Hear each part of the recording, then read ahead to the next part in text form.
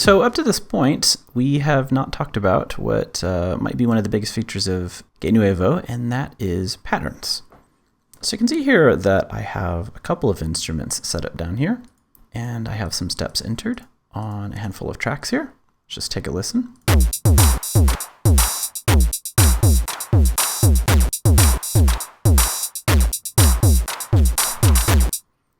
So we could keep listening to that on repeat, and it certainly sounds cool, but it would be nice to be able to introduce some variation in there. And that brings us to patterns. So this area right here, these 16 buttons below the step programming grid and to the right of the LCD are the pattern buttons. And they go from pattern 1 in the top left over to pattern 16 in the bottom right. You notice that as I mouse over it, the LCD will tell us which pattern it is that we are hovering over. Now, the way that patterns work is you can see here that on all of these tracks I have steps entered. If I click one of the patterns, it looks like it cleared it out, but instead what it has done is it has given us an entirely blank slate with which to create more steps for those exact same tracks.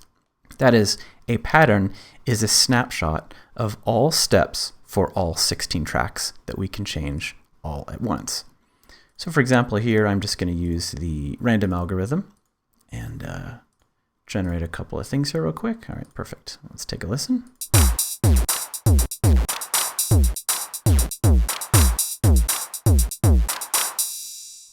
Cool, so now we have two completely different snapshots of steps for our tracks, and we can switch back and forth between them.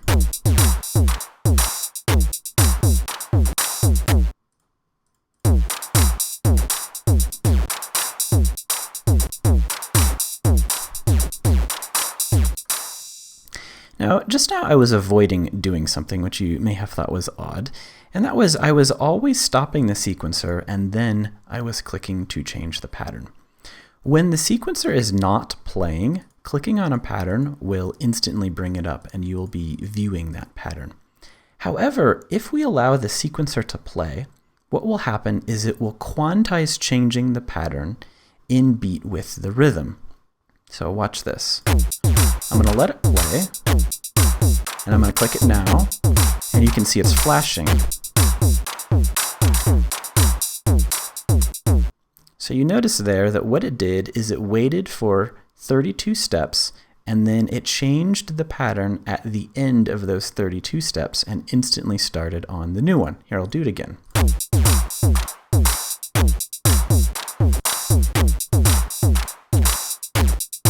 And here it comes.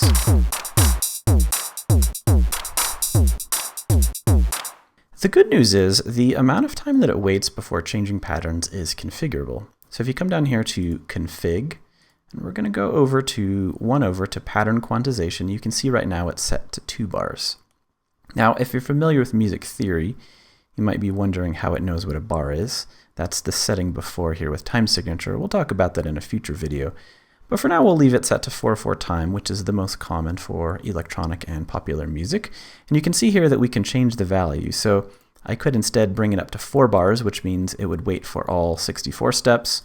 I could bring it up to 8 bars, which is it would let 64 steps play through and then let 64 steps play through and then play again. In the event that you don't want quantization, most of the time quantization is helpful because it makes sure that the patterns change in time with the beat.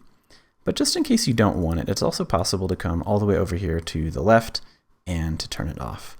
And in that case, it will change the pattern as soon as you click, even while the sequencer is playing.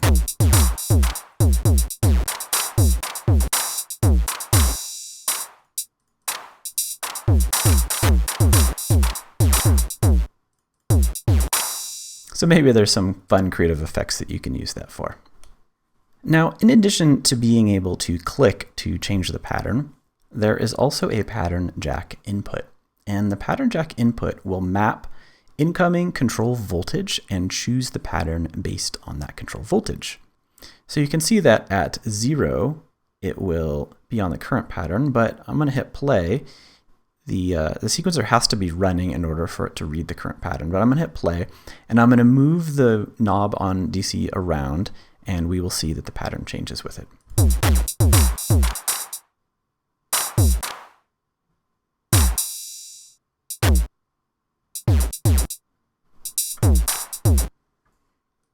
Another thing that's possible, of course, is to use some oscillating or trigger-based control voltage source. So in this case, I've got the LFO up, and I could patch the LFO's CV out to the pattern jack, and I'm going to hit play. And you notice that it's kind of jumping all over the place. It's not bad, but this isn't what we want. And there is a way to control that. So I'm going to disconnect the jack and reset this button here. The length button will also allow you to set the length that the pattern modulation can happen. So I'm going to click length, and instead of clicking the last step in our steps, I'm going to click the last pattern that I want to be allowed to modulate. So I'll click this third one here.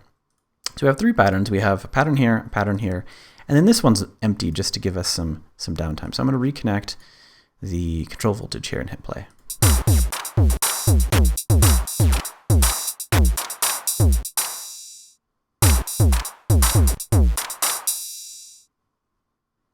Let's add a pattern here on this last one, just so this is more interesting.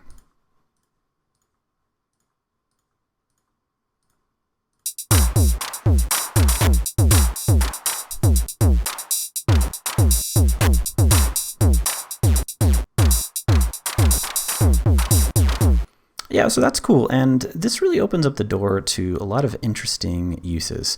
As you increase the frequency here, you can basically make your steps almost get to the point where they're random because they're just moving so fast. All right, like that's a little ridiculous. All right, so one last thing I want to show you here, and we'll wrap up this video. I have a cable connected to the pattern jack, and if I wanted to view the pattern, when I click on it, you notice that something happens. You can see it real quickly lights up, but then our pattern jack here flashes. And the reason for this is when a pattern cable is connected, the current pattern is being controlled by control voltage. You cannot change it manually any longer. Now, there is a feature that will still allow us to see and edit steps, and we'll talk about that in the next video.